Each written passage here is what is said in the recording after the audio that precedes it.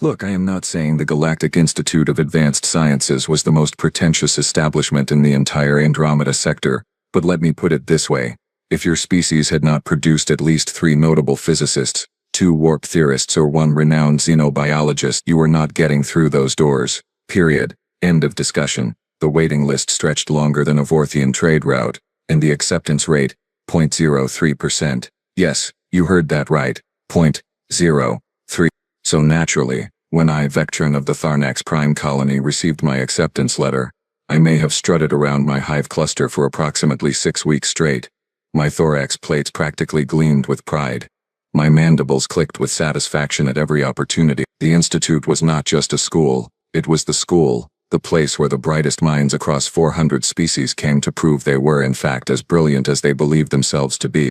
The campus itself was a masterpiece of architectural excess. Floating platforms connected by energy bridges, crystalline towers that shifted colors based on the ambient stellar radiation, gardens featuring flora from 70 different worlds, all carefully maintained in their own atmospheric bubbles. The whole place screamed, look at how advanced we are, look at how much better we are than everyone else. And honestly, we ate it up, every single one of us. The social hierarchy at the Institute was, shall we say, firmly established. At the top sat the Corvaxians, those smug telepathic scholars who loved reminding everyone they could read surface thoughts. Just below them were the Yalthrin, with their 4 brains, yes, 4, which they mentioned roughly every 12 minutes. Then came species like mine, the Tharnax, physically imposing, intellectually capable, and possessing just enough arrogance to make things interesting. Below us were the Quillari, the Brenth, the Myvesh, all decent enough, all perfectly aware of where they stood in the pecking order.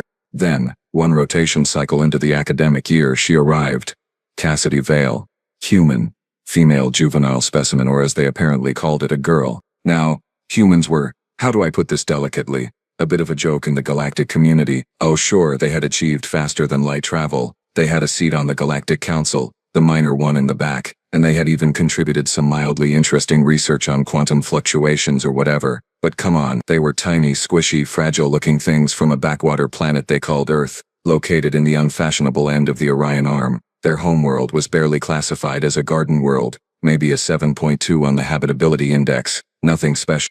When Cassidy walked into advanced xenobiology class that first day, I will admit, I stared. We all did. She stood maybe 1.4 meters tall, maximum. Her skin was this pale peachy color that looked like it would bruise if you breathed on it too hard. No natural armor plating, no chitinous exoskeleton, no scales, no protective dermal layer of any kind that I could detect, just soft, vulnerable flesh, covered by some kind of synthetic fabric garment. Her head was topped with this brownish fiber growth they called hair, tied back in what I later learned was termed a ponytail, 2 forward-facing eyes, small nose, tiny mouth.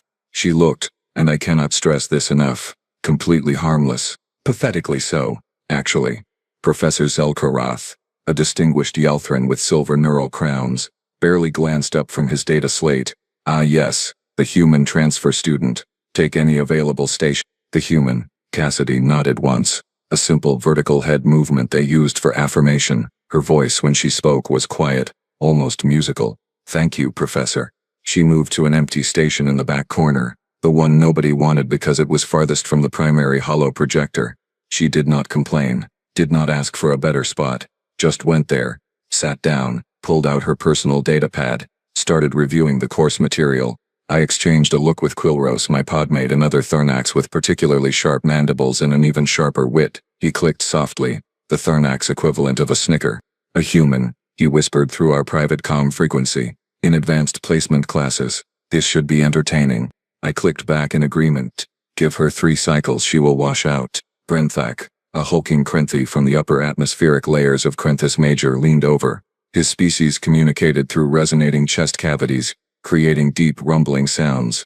Humans weak, humans soft. Y Institute accept.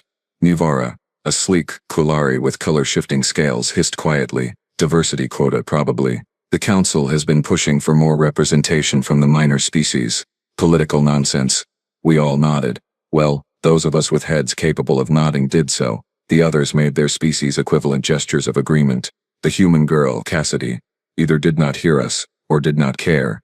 She kept her eyes on her datapad, occasionally making notes with a stylus, completely focused on the preliminary lecture material. Looking back now, I realize how catastrophically, horrifically, monumentally wrong we were about everything. But at that precise moment, all I saw was an easy target. A weak little creature who had somehow stumbled into a place she clearly did not belong, and who would certainly not last long among real predators like us. Oh, the irony, the beautiful, terrible, blood-soaked irony. It started small, because that is how these things always start, right? Nothing too dramatic at first, just little tests to see how far we could push before she would break. Week 1, Quillrose hid her data pad. Simple, classic. She arrived at quantum mechanics class, reached for her equipment, found nothing. Her face did this tiny thing, barely noticeable, a slight tightening around her eyes, a small downward pull at the corners of her mouth. Then she just borrowed a spare from the equipment locker. No complaints, no tears, no running to the professor. Disappointing, honestly. Week 2, I may have accidentally, on purpose, knocked her tray in the communal feeding area. Her meal, some kind of plant-based protein synthesis thing humans apparently enjoyed, splattered across the floor in a spectacular display of wasted nutrition. Every species in that dining hall turned to look.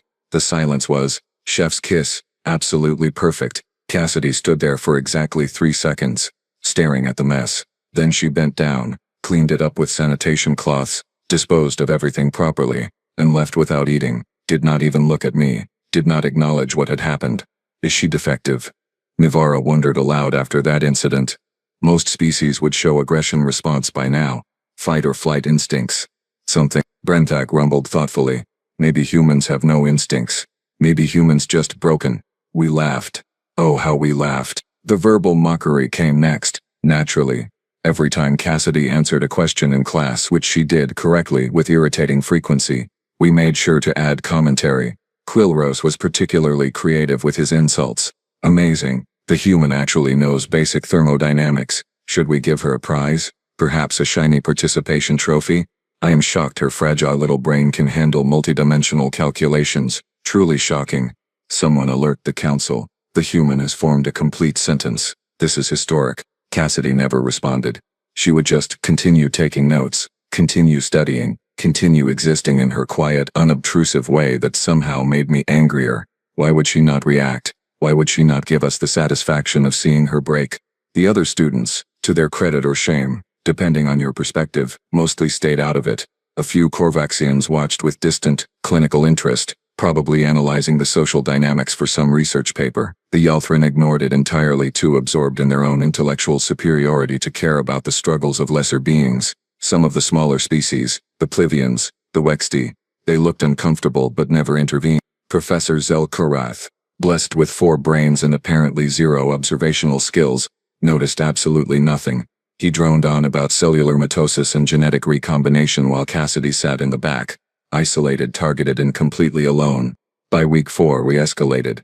Quillrose started physically blocking her path in corridors, forcing her to go around. Mivara spread rumors that humans carried diseases, that their very presence contaminated the air filtration systems. Brenthak used his considerable size to loom over her station during lab work, making it difficult for her to access equipment.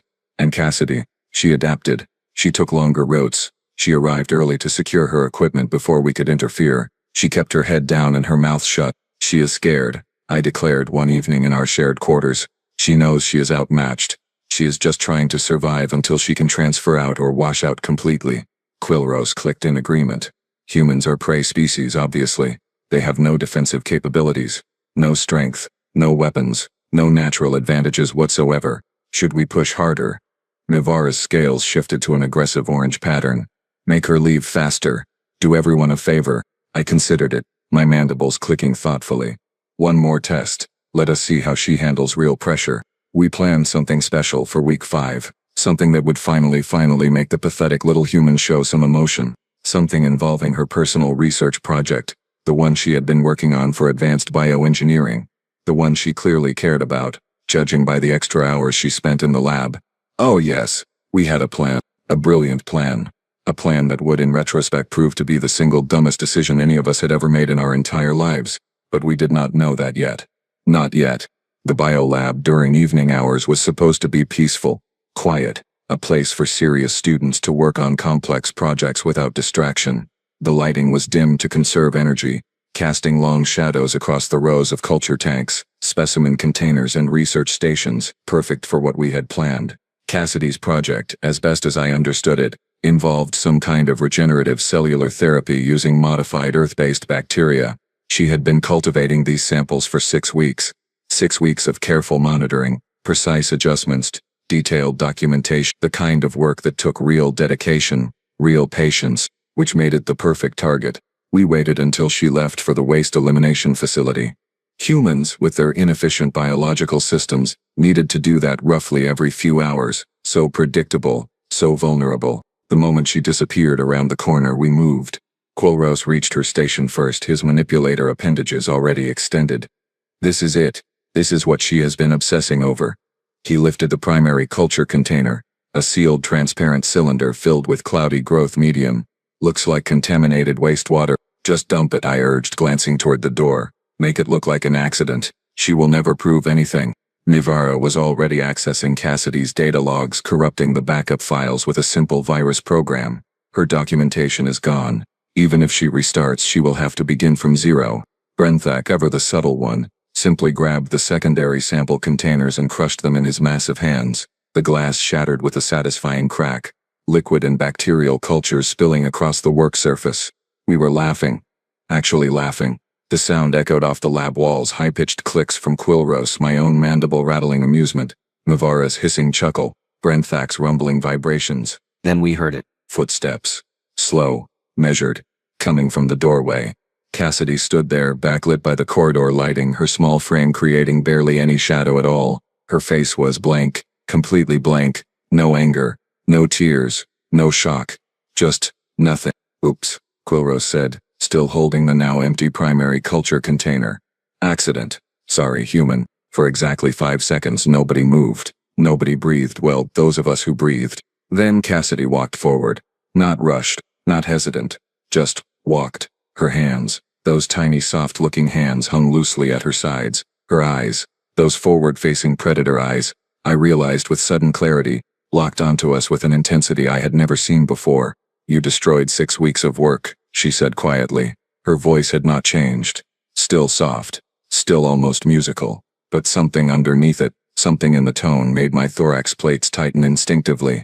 Yeah, we did, I said, trying to sound confident. What are you going to do about it, human? Run to the professor? Cry? File a complaint? She stopped 3 meters away, rolled her shoulders back, tilted her head slightly, creating a small popping sound from her neck vertebrae. No, Cassidy said simply. I am going to show you why my species survived. Then she moved. I need you to understand something. When I say she moved, I do not mean she walked quickly or ran. I mean she exploded into motion with a speed that should not have been possible for a creature with her muscle structure. One moment she was standing still, the next moment she was airborne, launching herself at Quillrose with both legs extended in what I later learned was called a drop kick. Her feet connected with his thorax with a force that sent him crashing backward into a storage cabinet. The metal crumpled. Quillrose's chitin plating cracked audibly. Before he even hit the ground, she was already transitioning, landing in a roll, coming up next to Mivara. Her small fist, and it looked so small, so harmless, drove upward into the soft tissue under Mivara's jaw. The Quillari's scales flashed from orange to white, the color of extreme pain, and she collapsed, choking, her respiratory system temporarily paralyzed. Brenthak roared, swinging one massive arm toward the human. She ducked under it, so smoothly it looked choreographed, and drove her elbow into his primary knee joint. Something snapped, not cracked, snapped, like dry wood breaking. The Krenthe, who massed at least 4 times what Cassidy did, went down howling. That left me. I backed up, mandibles clicking in what was no longer amusement but alarm. Wait, we can talk about this, we can. Cassidy grabbed my manipulator appendage, the one I had raised offensively, and twisted. Pain exploded through my neural network as the joint bent in a direction it absolutely was not designed to go. I clicked in agony, trying to pull away, but her grip was like a magnetic clamp. Her other hand came up, grabbed the side of my head, and slammed it down onto the lab table. Once, twice, 3 times, my vision blurred. I tasted my own hemolymph, that coppery blue fluid that definitely should have stayed inside my body. She leaned close, her face centimeters from mine. Blood, my blood, spattered across her cheek. Her breathing was elevated but controlled. Her eyes, those forward-facing hunter eyes, showed no rage, No satisfaction, just calculation. I held back for 5 weeks, Cassidy whispered. I was polite, I was patient, I followed every rule, every protocol, every standard of civilized behavior. Do you know why? I could not answer, could not even click properly. Because that is what we do, she continued. We humans. We restrain ourselves. We suppress millions of years of evolution that made us the apex predators of a death world. We pretend to be civilized. We pretend to be safe. She released me, and I collapsed, legs unable to support my weight. Cassidy stood over us, over all 4 of us, breathing steadily, her hands still clenched into fists. Around us, the biolab was destroyed, equipment shattered, fluids leaking, and 4 of the Institute's strongest students lay broken and bleeding on the floor. But you kept pushing, she said softly, so I stopped pretending. Then she walked to the emergency communication panel and calmly, casually pressed the medical emergency button. 4 students injured in Biolab 7, she said into the comm. Please send medical response team. I will be waiting here. She sat down on an undamaged stool, pulled out her datapad from her pocket, apparently it had been with her the whole time, and began documenting the incident with clinical precision. I lay there, barely conscious, staring at this tiny creature who had just dismantled us like we were malfunctioning equipment, and for the first time in my life, I understood what terror actually felt like. The medical bay at the Galactic Institute was equipped to handle injuries from approximately 400 different species. State-of-the-art regeneration chambers, cellular reconstruction matrices, advanced pain suppression fields, the works. On any given day, maybe 2 or 3 students needed treatment for minor lab accidents or recreational sports injuries. That night, the staff treated 4 critical cases simultaneously, and honestly, they were not prepared for the sheer variety of damage. Quilros had 3 cracked thorax plates, internal fluid leakage, and a concussion equivalent that left him confused about which planet he was on.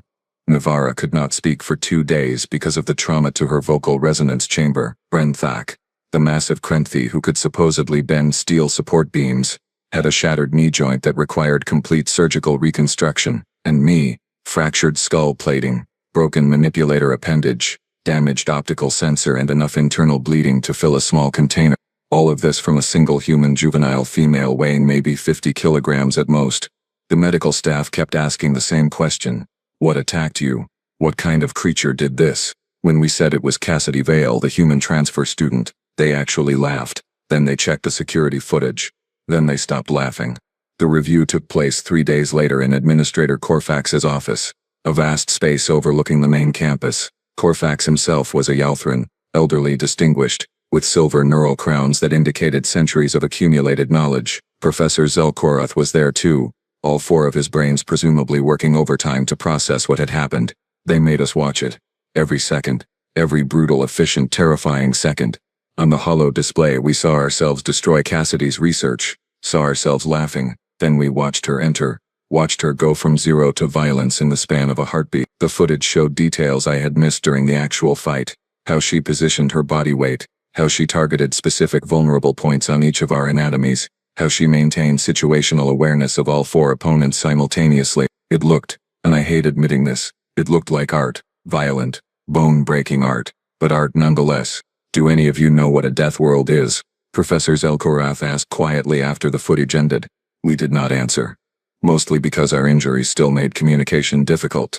A death world, he continued, is a planet classified as Category 9 or higher on the Hostile Environment Index. Extreme weather, aggressive fauna, limited resources, evolutionary pressure, so intense that only the most adaptable, most resilient, most aggressive species survive. Earth, the human homeworld, is classified as Category 12. 12. That could not be right. Garden Worlds maxed out at 7. Zelkorath pulled up a new hollow display, this one showing Earth. It looked pleasant. Blue oceans, green continents, white clouds. 70% of the surface is salt water that they cannot drink without processing. Weather patterns include hurricanes, tornadoes, tsunamis, earthquakes. The planet hosts millions of species, many of which can kill a human with venom, claws, teeth, or sheer mass. They have predators that can smell blood from 5 kilometers away. They have microscopic organisms that can shut down their organs in hours. Another image appeared. A human ancestor, something called Homo erectus. Humans evolved on this world over millions of years. They survived not through natural armor, not through venom, not through size or strength. They survived through persistence. Persistence. Mivara croaked, her voice finally returning. Persistence hunting, Zelkorath explained. Humans can run for hours, days even. Their endurance is unmatched in the galactic community. They would chase prey until the animal literally collapsed from exhaustion. They can heal from injuries that would kill most species. They can go days without food, weeks without full nutrition. They can adapt to nearly any environment, any climate, any situation. He pulled up another image. Human soldiers, human athletes, human rescue workers. They also possess something unusual, the ability to consciously override their own survival instincts. They call it adrenaline response. In moments of extreme stress or danger, their bodies flood with hormones that increase strength, speed, pain tolerance, and aggression. A human in this state can perform feats that seem impossible based on their baseline biology. Brenthak rumbled weakly. She was in this state? Actually no, Zelkorath said. According to her biometric data from her student health monitor, Cassidy Vale never entered full adrenaline response. Her heart rate elevated to only 120 beats per minute. For a human in combat, that is practically calm. The silence in that room was absolute. You were bullying, Zelkorath continued, his tone cold. A member of a species that evolved to chase down and kill prey over marathon distances. A species that survived ice ages, plagues, predators, and their own internal conflicts. A species classified as a Category 2 threat in the Galactic Security Index. Despite their friendly diplomatic posture. Category 2? I managed to click. That is the same level as the Kresh Dominion, the conquest species. Correct, Corfax interjected. Humans are statistically the third most dangerous species in the known galaxy. They choose not to act like it, which is why most people forget, but make no mistake. They are apex predators pretending to be harmless. And you four decided to torment one of their young. At that moment the door opened. Cassidy walked in, escorted by a security officer. She looked normal. Completely normal. Her hair was neatly tied back. Her clothing was clean. Her face showed no evidence of the violence she had inflicted. She nodded politely to the administrators. You wanted to see me? Corfax gestured to a seat. Miss Vale, we have reviewed the incident. We need your statement. Cassidy sat, folded her hands in her lap, and looked directly at us. Not with anger, not with smugness. Just, looked. They destroyed my research project, she said simply. 6 weeks of work. I asked them to stop the harassment multiple times through proper channels. Nothing changed. When they destroyed my project, I defended myself. I used appropriate force to neutralize the threat. I immediately called for medical assistance. I cooperated fully with security. That is my statement. Appropriate force. Quilros clicked incredulously. You nearly killed us. Cassidy's expression did not change. No. If I wanted to kill you, you would be dead. I broke some bones. I caused temporary pain. You will all recover fully within weeks. That is restraint, not attempted murder. She stood, nodded to the administrators again and walked toward the door. But before leaving she paused and looked back at us one final time. I came here to learn, Cassidy said quietly. I wanted to make friends. I wanted to exchange knowledge and culture. I wanted to prove that humans could integrate peacefully into galactic society. You made that impossible. So I showed you the alternative, the thing we spend every single day trying not to be. She left. The door closed behind her with a soft hiss. And we sat there, 4 students who thought we were predators, realizing we had been tormenting something far worse. We had been bullying a human. And we were extraordinarily lucky to be alive. The thing about reputation is that it spreads faster than a quantum entanglement signal, and with significantly less accuracy, but in this case, every single detail was painfully, horrifyingly true. By the next morning cycle, every student at the Galactic Institute knew what had happened. Not the sanitized official version. Oh no. They knew the real story. 4 advanced students, all from physically imposing species, all considered tough by any reasonable standard, put in the medical bay by one human girl who barely came up to their chest plates. The whispers started immediately. I returned to classes after a week of regeneration therapy. My manipulator appendage still in a stabilization brace. My skull plating held together with bioadhesive mesh. The moment I entered the advanced quantum mechanics lecture hall, conversation stopped. Every single student turned to look at me, not with sympathy, not with concern, with something else entirely. Fear? No. Awareness. Closer. It was the look you give someone who survived an encounter with something dangerous. The kind of look that says, you are now contaminated by proximity to a predator, and we are not sure if that makes you dangerous too or just marked for further culling. Quilros, Brenthak, and Mivara had similar experiences. We had gone from respected, if not exactly liked, members of the social hierarchy, to pariahs in the span of 72 hours. Nobody wanted to associate with the idiots who picked a fight with a death worlder and lost. But the really interesting change, the one that actually mattered, was how everyone treated Cassidy. She walked through the corridors now and students moved. Not, obviously, not dramatically, but they moved. They gave her space. They did not block her path. They did not crowd her station in the labs. The Korvaxians, those telepathic snobs who previously ignored her completely, now nodded respectfully when she passed. The Yalthrin actually engaged her in academic discussions, genuine ones, treating her insights with the same consideration they gave their own species. The Pluvians, those small nervous creatures who had watched our bullying campaign without intervening, now practically worshipped her. I overheard one of them talking to his podmate in the feeding area. She protected herself without killing them. The Pluvian chittered excitedly. She showed perfect control, perfect restraint. That is true strength, not the posturing of insecure bullies. Ouch. Accurate, but ouch. Professor Zelkorath, suddenly very aware of the harassment that had occurred literally under his four noses, implemented new protocols, mandatory species integration seminars, cultural sensitivity training, a whole section of advanced xenobiology now dedicated specifically to Deathworld species and their unique evolutionary adaptation. The first lecture after my return focused entirely on humans. Zelkorath displayed a rotating hollow model of human anatomy while Cassidy sat in her usual back corner seat calmly taking notes as if the entire lecture was not about her species.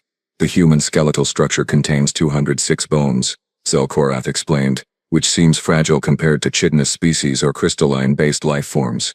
However, human bones can heal from fractures, often becoming stronger at the breakpoint. Their muscular system operates on a limit system. The brain deliberately restricts muscle fiber activation to approximately 30% of maximum capacity during normal activity to prevent self-injury. A Korvaxian student raised a thought tendril. What happens when this limit is removed? Hysterical strength, Zelkorath replied. In extreme situations, humans can access up to 100% of their muscular capacity. There are documented cases of human females lifting ground vehicles off trapped offspring, human males breaking through reinforced barriers to escape danger. The cost is severe tissue damage, but in survival situations they can and will do it. I looked at Cassidy.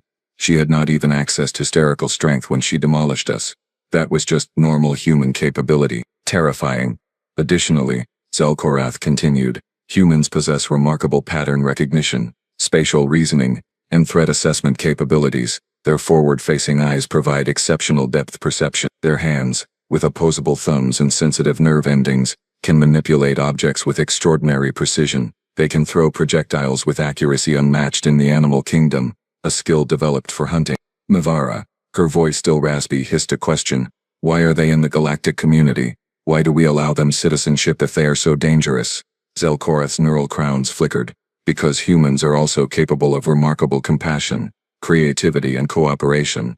They form bonds across species lines more easily than most civilizations. They create art, music, literature that resonates emotionally with beings who have completely different neural structures. They are simultaneously the most dangerous and most empathetic species we have encountered. That duality is what makes them so complicated. The lecture continued for another hour, covering human history, their wars, yes plural, multiple wars, some lasting years or even decades, their exploration drives, their social structures, their pack bonding tendencies. By the end, every student in that hall understood one critical fact: humans were not weak, they were restrained. There was a massive difference, and we had failed to recognize it until way too late. After class, I did something I had been avoiding for 2 weeks. I approached Cassidy. She was packing her datapad, preparing to leave for her next lecture. When she noticed me standing there, she did not flinch, did not tense, just looked up with those calm, forward-facing eyes and waited. I started, then stopped. What do you say? How do you apologize for systematic harassment? How do you make amends for destroyed research and deliberate cruelty? I want to apologize. Cassidy tilted her head slightly, a gesture I now recognized as curiosity rather than submission. Okay. I was wrong, I continued, forcing the words out through mandibles that wanted to click nervously. We were wrong. We targeted you because we thought you were weak. I thought, that your species was inferior. I did not understand. I did not bother to learn. No, Cassidy agreed simply. You did not. I destroyed your research. 6 weeks of work. I do not know how to make that right. She finished packing her materials, stood and looked at me properly. We were nearly the same height, which I had somehow never noticed before. You cannot make it right, Vectrin. What is done is done. The samples are destroyed. The data is corrupted. I have to start over completely. Shame, actual genuine shame, flooded through my system. I am sorry. I know, Cassidy said. Then, unexpectedly, her mouth curved slightly upward at the corners. A smile, I realized. A small one. You know what the interesting thing is? In human culture, we have a saying, what does not kill you, makes you stronger. You four gave me an opportunity to demonstrate something important to the entire institute, that humans can defend themselves, that we will not tolerate abuse indefinitely, that restraint is a choice, not a weakness. She started walking toward the exit, then paused and looked back. Your apology is noted, Vectrin. Whether it is accepted depends entirely on what you do next. Actions matter more than words. Remember that. Then she left, and I stood there in the empty lecture hall processing what had just happened. Cassidy Vale had not forgiven me, but she had not dismissed me either. She had given me what did humans call it, a second chance. The question was, what would I do with it? 3 months later, the Galactic Institute looked essentially the same on the surface. Same floating platforms, same crystalline towers, same pretentious architecture screaming intellectual superiority at every opportunity. But underneath everything had changed in ways both subtle and profound. The cafeteria, for instance. Previously, species segregated themselves by dietary compatibility and social hierarchy. Corvaxians with Corvaxians, Yalthrin with Yalthrin, Tharnax with Tharnax. You get the idea. Now scattered throughout the vast dining space, you could see mixed groups, a human student, not Cassidy, but another one who had arrived after the incident, sitting with Plivians and Quillari, discussing atmospheric composition formulas, a Krenthi sharing a table with 2 humans engaged in what appeared to be a heated but friendly debate about structural engineering principles. The shift was not universal, change never is, but it was noticeable. I found myself at one of these mixed tables picking at a nutrient paste specifically formulated for Tharnax biology, while across from me sat Cassidy Vale consuming something she called a sandwich, which appeared to be plant matter and protein compressed between 2 sections of baked grain product. How we got here, to this improbable friendship, or at least friendly acquaintanceship, was a journey that took those entire 3 months. After my initial apology, I made a decision, not a comfortable one, but a necessary one. I started actually learning about humans instead of assuming. I accessed their cultural databases, with proper permissions of course. I read their history. I watched their entertainment media, which was violent and emotional and strangely compelling. I studied their biology, their psychology, their social structure, and I started, carefully, respectfully, attempting to make amends. Small things at first. When I noticed Cassidy struggling to reach equipment on a high shelf, equipment designed for taller species, I retrieved it without comment. When I overheard students spreading the same kind of malicious rumors we had started, I corrected them publicly. When Brenthak, still bitter about his reconstructed knee, made a threatening gesture toward Cassidy in the hallway, I stepped between them and made it very clear that anyone who harassed her would deal with me first. The irony was not lost on anyone, least of all myself. Quillros eventually joined my efforts, motivated partly by genuine remorse and partly by the realization that being known as the idiot who got destroyed by a human was not the legacy he wanted. Nivara took longer, her pride wounded more deeply, but eventually she too came around. Brenthak, stubborn to the end, transferred to a different institution entirely. Some people cannot move past their own humiliation. The institute administration meanwhile implemented sweeping changes. New students now received comprehensive briefings on Deathworld species during orientation. Professor Zelkorath developed an entire elective course called Dangerous Species Integration and Coexistence, which became one of the most popular offerings in the curriculum. Security protocols were updated to include specific response procedures for incidents involving high-threat species, and humans, all 12 of them now attending the institute, suddenly found themselves treated with a respect that bordered on cautious reverence. It is weird, honestly, Cassidy said, taking a bite of her sandwich. Back home on Earth I was just normal. Average student. Average athlete. Nothing special. Here, everyone acts like I am some kind of ticking explosive device. You did hospitalize 4 students in approximately 90 seconds, I pointed out, mandibles clicking with what I hoped came across as humor rather than residual trauma. Fair point, she conceded. But that is the thing, right? Any human could have done what I did. I am not exceptional by human standards. I am a 17-year-old girl who plays soccer on weekends and struggles with calculus. The fact that this, She gestured vaguely at herself. Is terrifying to other species says more about them than it does about me. A Yalthran student passing our table overheard and paused. If you are not exceptional, what would an exceptional human be capable of? Cassidy considered the question seriously. Well, humans have special forces soldiers who train for years in combat techniques. We have martial artists who dedicate their entire lives to fighting systems. We have athletes who can run 100 meters in under 10 seconds or lift twice their body weight over their heads. We have persistence hunters who can track prey for days across hostile terrain. So, an exceptional human in a fight, you really do not want to find out. The Yalthran's neural crowns flickered rapidly, processing this information, and he hurried away looking distinctly uncomfortable. I clicked in amusement. You enjoy unsettling people now. A little, Cassidy admitted with that small smile. Is that bad? After months of being treated like I was fragile, there is something satisfying about people finally understanding that I am not. It is not bad, I said. It is. What is the human word? Earned. We ate in companionable silence for a moment. Around us the cafeteria buzzed with multilingual conversation, a symphony of clicks, hisses, rumbles, whistles, and spoken language. Can I ask you something? I ventured carefully. That day in the biolab, you said you had been holding back, that you were restraining yourself. Was that? How difficult was that for you? The restraint, I mean. Cassidy set down her sandwich and looked at me directly. Do you want the comfortable answer or the honest one? Honest. Always honest. She nodded slowly. It was not difficult at all, Vectung. That is what scares people when they really think about it. Humans are socialized from childhood to control our aggressive impulses. We learn to use words instead of fists. We learn to walk away from confrontation. We learn to suppress the instincts that kept our ancestors alive in a world full of things that wanted to eat them. By the time we reach adulthood, restraint is not hard. It is automatic. It is the default setting. She paused, choosing her next words carefully. What happened in the biolab? That was not me losing control.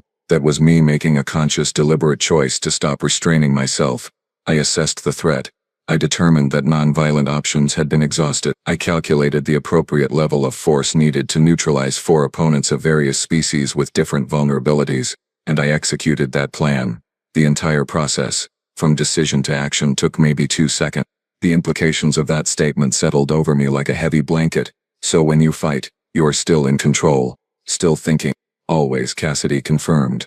Adrenaline helps. Sure. Faster reactions, increased strength, reduced pain perception. But I never stopped thinking. I knew where each of you were. I knew which strikes would disable versus which would kill. I chose disable. Every single hit was intentional. That is horrifying, I said quietly. Yes, she agreed. It is. That is why most humans spend their entire lives never letting anyone see that side of themselves. We want to be the friendly, creative, compassionate species.